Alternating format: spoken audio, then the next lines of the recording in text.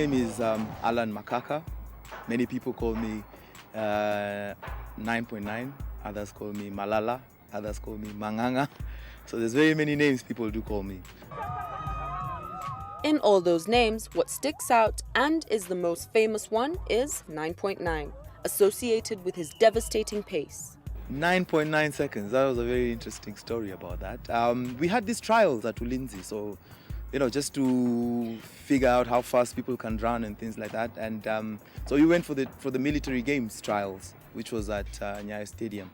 And basically, that's the time that I did in 100 meters. I was quite young then, so I didn't even really know what it meant. So my heart was in rugby straight from high school.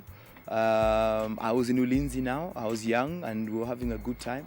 And it really never really bothered me, or it really sparked to me that you can do this and you can take it to different levels. He was influenced to join Ulinzi by a good friend in the team, Dennis Mwanja. Ulinzi RFC needed players for the under-21 team, and Makaka fit the bill as he was fresh from high school. So he came up to me and told me, hey, listen, we have this under-21 going on at Ulinzi. You can't let your talent just die off like that. So I remember he came to get me actually from my house. We used to stay in Parklands at then. So he came to get me from my house and took me all the way. They used to train at what's this place called? The showground. Ulinzi was like a school reunion, with most of the players picking up from where they left off in high school. Makaka says these were his best moments in rugby because he enjoyed his time playing for fun and hanging out with his school peers. The best part, he was paid to have fun. And trust me, Ulinzi did pay very well. That was the beauty part about it, right? Getting that allowance, they used to call it civilian allowances. Oh, it was quite a hefty amount, right? Back then, 25,000 shilling for a tournament was a good deal. From Ulinzi, Makaka moved to Kenya Harlequins in 2002, and his rugby suddenly changed.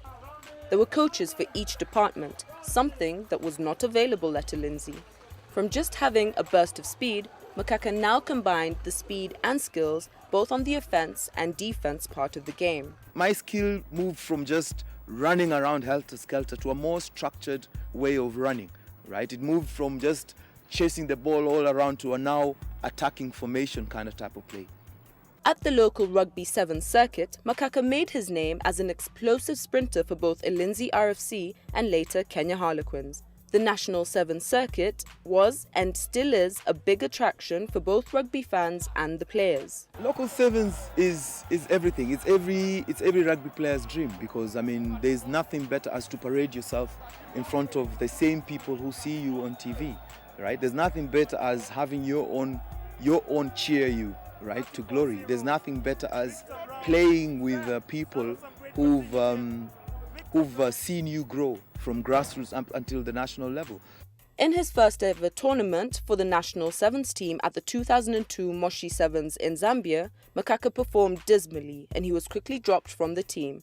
It was a blessing in disguise as it made him step up his game. The reward, another chance that year to play at the IRB Sevens tournament in New Zealand and Los Angeles, USA. It was amazing. It was seeing the sights around the world, going all over continents, all the 7 continents, and just experiencing new cultures, running around with players from different continents, different countries. It's a feeling that you can never really take away from someone. It's an experience you can never really take away from someone. It opens your eyes in terms of relating with people from different corners. You respect people's cultures. The fairy tale lasted until 2006 Commonwealth Games in Melbourne, Australia. Makaka got a very serious injury, tearing his knee ligament that kept him off rugby for 2 years. He made a slow comeback to play 2 more legs of the IRB in 2008, but things were not the same. Because I have 2 screws on my knee, which really inhibit movement when it comes to cold weather and things like that. So it was at that point, that tour just made me realize, listen, you're really pushing hard, but you're never going to be the same again. So you might as well just try and figure out something else. What next from here? Then something interesting happened. He enrolled to be a referee and has a level 2 qualification that he has never put into practice because of his career. Media is a very dynamic place to work. It keeps you on your toes, right? It keeps changing every other day. Alan Makaka pulled his colleagues to form a touch rugby team just for fun and for keeping fit.